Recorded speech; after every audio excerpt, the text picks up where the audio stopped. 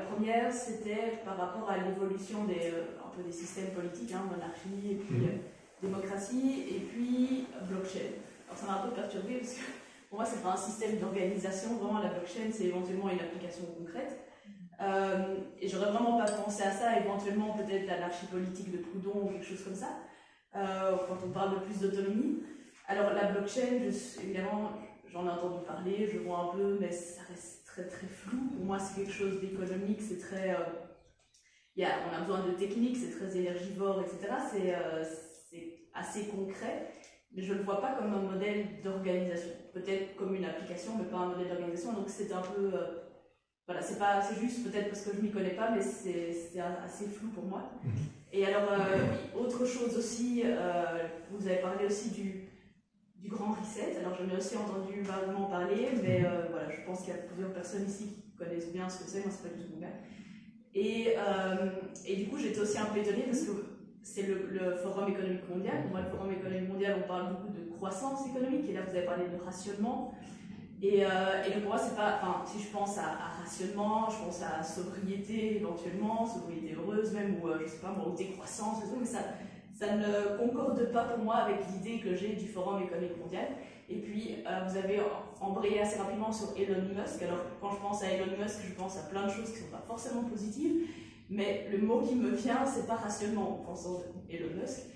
Et donc voilà, j'étais un peu perturbée par ces différents concepts mis ensemble. Bah, alors pour commencer, donc la blockchain.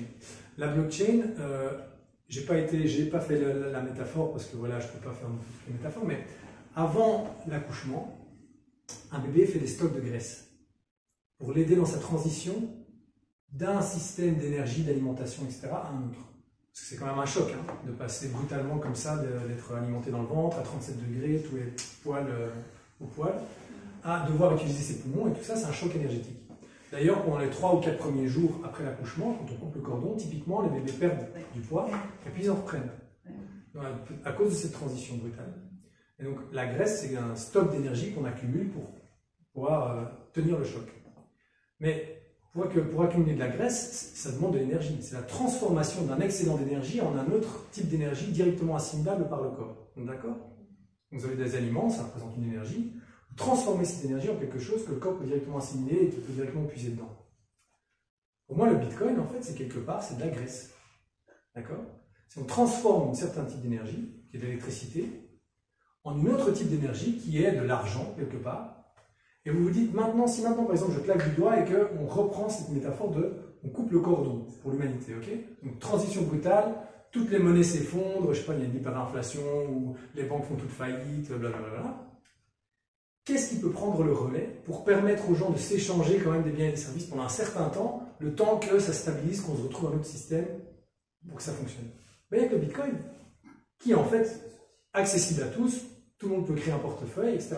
Mais c'est bien loin de ce que ceux qui sont pour le Bitcoin sont en train de dire. C'est pas genre la monnaie du futur, non. Votre graisse, vous l'utilisez seulement le temps que ça se stabilise. C'est une réserve, c'est juste une réserve et on n'en a pas tout le temps besoin.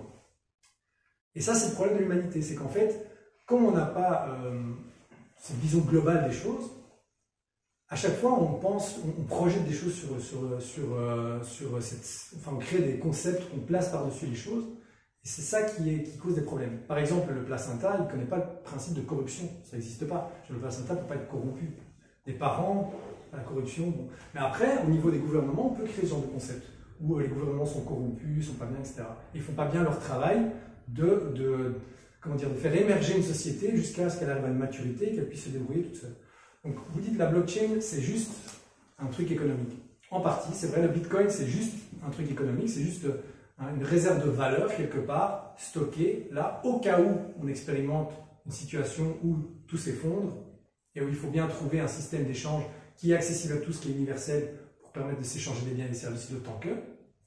Mais après, par-dessus ça, vous avez aussi des outils dans la blockchain qui permettent l'autogouvernance, c'est-à-dire prendre des décisions collectives en utilisant ces systèmes comme moyen de vote, moyen de se mettre d'accord.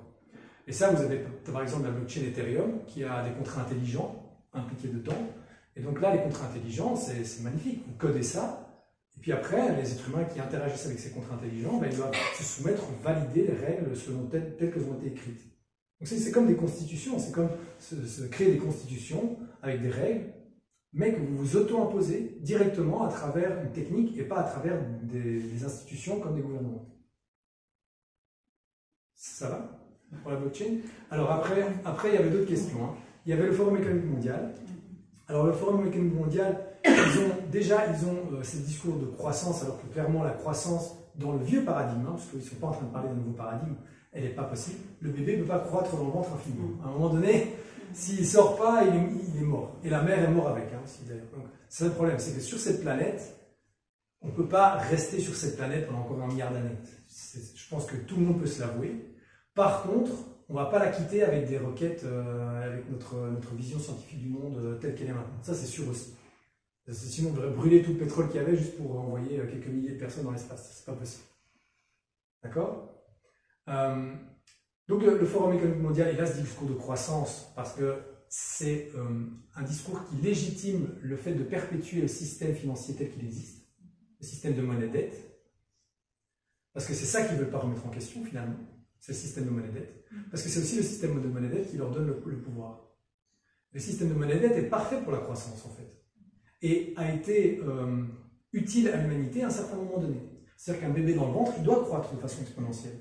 Et le système de monnaie-dette, parce qu'il y a de l'intérêt à payer sur la dette, vous devez créer de la croissance en proportion à cet intérêt à payer, sinon il y a un déséquilibre entre la richesse créée d'un côté et la masse monétaire de l'autre. Et vous avez des instabilités qui émergent à partir de ça. Ça va? Donc l'intérêt, c'est ce qui met l'humanité en branle, en avant. Mais une fois que vous êtes en dehors du ventre de votre mère, en tant que bébé, là, c'est comme ça. Hein.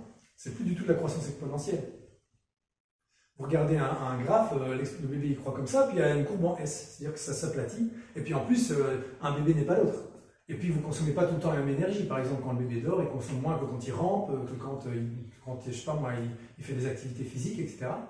Et donc ça demande un système financier qui est capable de s'étendre super vite quand l'humanité a besoin de croître, quand l'humanité a besoin de faire plein de choses, et qui est aussi capable de se contracter quand l'humanité est en mode chill, en vacances, on ne fait plus rien. Vous voyez ce que je veux dire?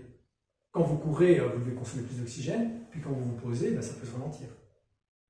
Ça, c'est quelque chose qui est impossible à envisager dans le système tel qu'il existe maintenant. C'est parce qu'on n'est pas encore à ce stade où l'humanité est un organisme global et on peut se débrouiller. Dernière question, c'était sur Elon Musk. Le rationnement.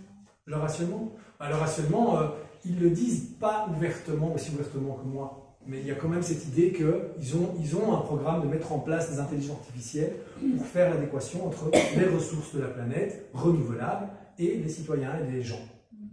Okay, donc en fait, le plan du Forum économique mondial, c'est comme si vous vouliez couper le cordon à l'intérieur du ventre et que le bébé avale autant de liquide amniotique qui peut être recyclé et qu'il arrête de croître.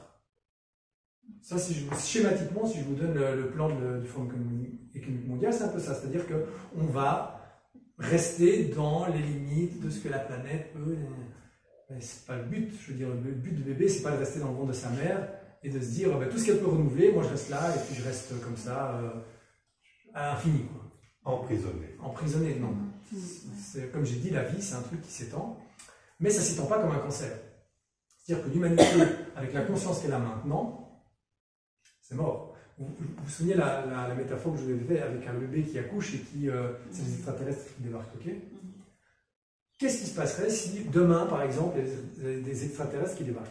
La Russie enverrait des espions pour essayer de capter leur technologie, les USA essaieraient de faire un traité pour qu'il y ait une alliance militaire, l'Europe la Chine essaierait d'avoir les exclusivités sur le commerce.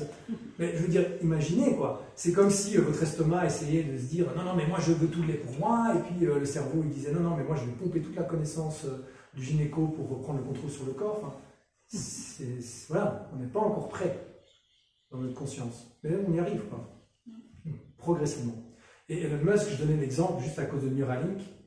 Neuralink qui est cette puce qu'on met dans le cerveau pour avoir l'interface directement entre eux. Et c'était juste pour dire que, comme la plupart de l'humanité avait cette croyance que l'intelligence artificielle, c'était comme notre cerveau, qu'on allait le contrôler comme des robots, etc., c'est une des formes que ça peut prendre dans la dystopie collective, de se dire on est tous pucés, et puis une intelligence artificielle nous donne des injonctions pour qu'on fonctionne de façon cohérente. Et voilà.